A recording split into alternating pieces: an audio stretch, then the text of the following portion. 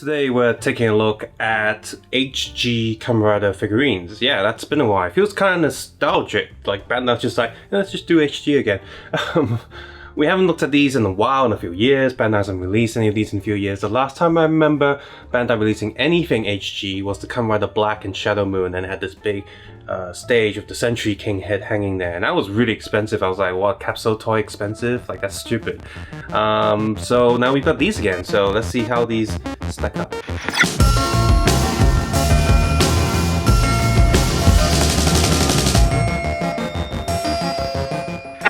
Here we are looking at these 4 figures.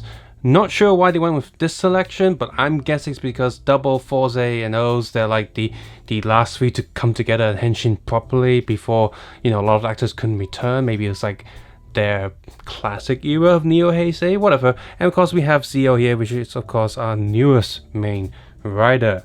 Before we take a closer look at these figures, let's do some size comparisons. Just gonna move some of these out the way. Yep, seriously, O's is really warped, the plastic. So here's hybrid grade Double. This is the one that came after HG, similar scale to HG, but it had the scan function, so you can scan the stage there. I've done a video on this set. I do have Wave 2 as well, but I never filmed it. But anyway, and here's Forze in pretty much the same pose, but we'll do a closer comparison with those later. He's pretty much more or less standing. So he's about half a head taller. So hybrid heroes are about half a head taller. This Double is in a weird pose, so it's not too fair, I suppose. So let's put Forze there. We have digital scan figures. Again, a slightly different pose. The head seems almost the same size, so if he was standing a bit straighter, he'd probably be the same size. And we have an HG core figure here. Again, just really crouching down, not the best, but if you just compare the head sizes, you can see that, yep, these new HG figures are the same as the older ones. They do feel a bit smaller, maybe just because I'm used to bigger figures these days, but whatever. And then finally, here are some Sofubi figures right there. You can see, so Sofubi figure is about half a head taller than hybrid heroes, and then hybrid grade, and then hybrid grade is half a head taller than HG and scan heroes and stuff. So yeah, that's annoying. There's no like good scale between all of these, and these Sofubi figures are about the same size as the Shoto figures, so just don't have a consistent sizing thing going on here. Starting with the Double figure here, you can see that it does have compound eyes, and the horns are made of really soft plastic and again warped in the capsule. So that's really annoying. A lot of these figures have that. On the back he does have his silver scarf, and overall the coloring on the green is okay, the black is okay, but it's not as matte as I like it to be. It's way too shiny. And if you look at the back there, the purple on the arms and the gold on the arms, as well as on the legs there, even inside this pegged stand, are painted. So they didn't cheap out on the back paint. What they did cheap out on was the details on the Double driver, the Gaia memories, and honestly, the gold on his chest isn't properly painted. There's black lines missing all over the place. Same as on the arms and legs as well as the middle of the torso. So yep, they just cheaped out on that. And there's a bit of a green splodge on his eye as well, which kind of ruins the compound effect. So if I'm gonna have to fix that, then I'm gonna have to sand it down or something. That's irritating.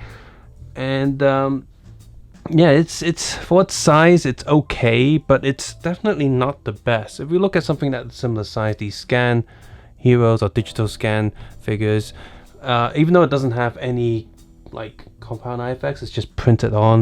You can see that the driver is printed very excellent. It's still missing the center black line on the torso, but the chest coloring and the arm coloring are much nicer than this. The stand also fits much better on the leg. It actually sticks in there and he stands proper, whereas this one, look, it's kind of wobbly. Like we shake these about, this one will fall over, so that's not good. So in terms of like overall quality, I would prefer the scan here, the digital scan one, whereas this one is just, yeah, the compound eyes are nice and all, but it's just not as great as the other ones.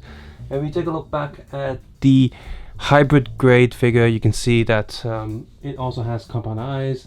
The black plastic, it's very dusty. The green is much more vibrant, and the black plastic is not matte, but it's less shiny than the newer figure there. I think a lot of people prefer this green more than this. This looks more show accurate because Double had a filter on it. Everything was tinted, whereas the actual suit probably looks more like this. So when Double appears in future movies, he has more of this color, whereas in the original series is more of this green. So I'm okay with both, honestly. I'm not too bothered.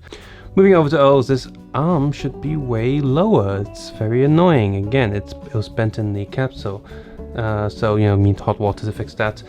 The overall figure, this one, I think fares a bit better than Double, just because of, like, it's more vibrant, there's more colors going on him. But again, the stand's not so good. Now, he is, again, missing black lines, just like Double on the legs there. So if you are, you know, like a model kit builder, you can probably just add those lines back in with some ink.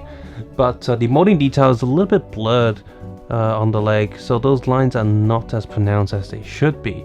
So let's talk about the good first. The eyes look great, so does the mask. Even the little red gem on his forehead is a different red color compared to the rest of the head, so that's good.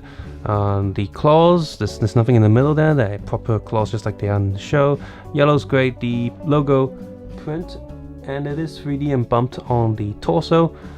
The medals are nice transparent plastic, but there's no details on them anywhere. These metal scanner does have a gold rim, but no coloring in the middle, because they've just thought that's on the side, so you're not going to see it.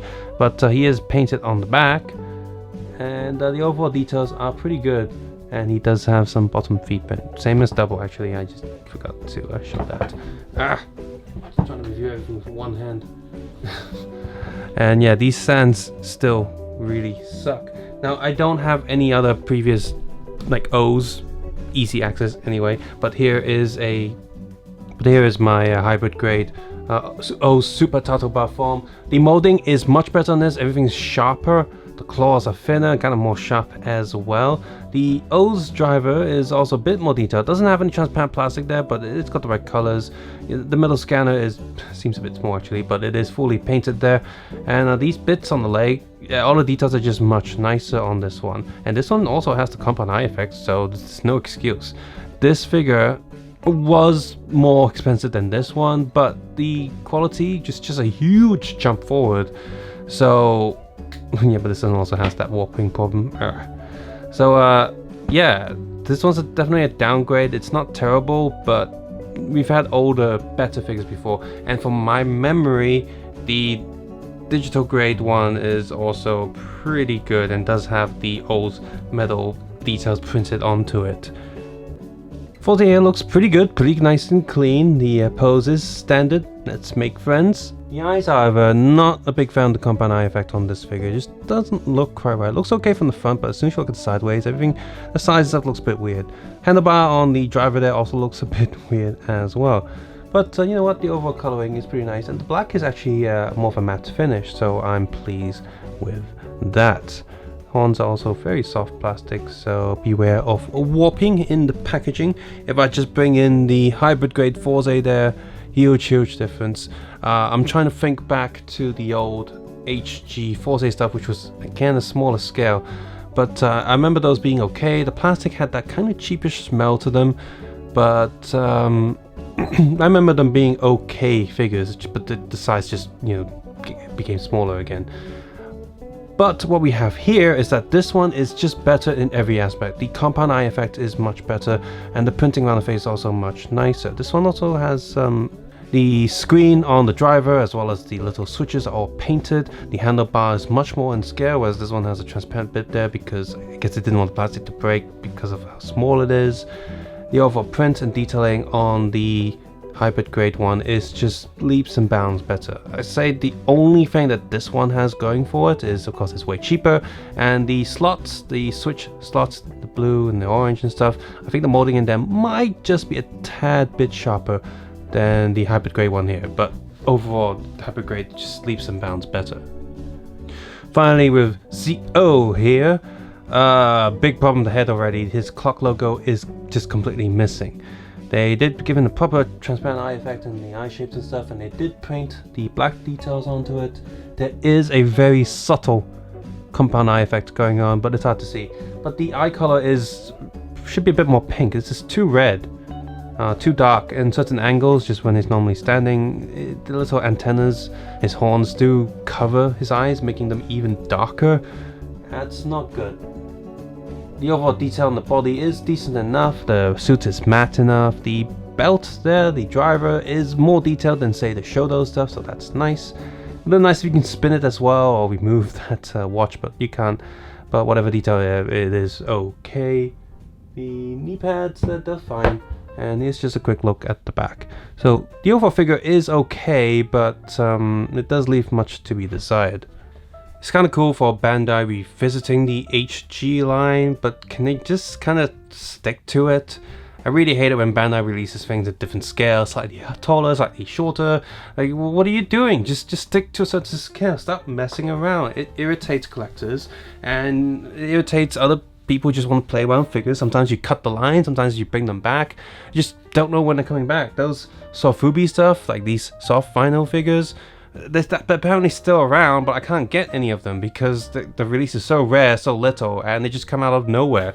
Like, they usually come out 4 figures at the start of the series and at the end, so you got 8 figures, and it's just irritating. And then they brought out those slightly bigger ones, and it wasn't to scale to anything, and of course you still have the big ones. Come on, Bandai, what are you doing? And in terms of HG, Kamen Rider's not the only one that's back with it. Ultraman, there's the anime ones that are coming out as well, but that's a premium Bandai item.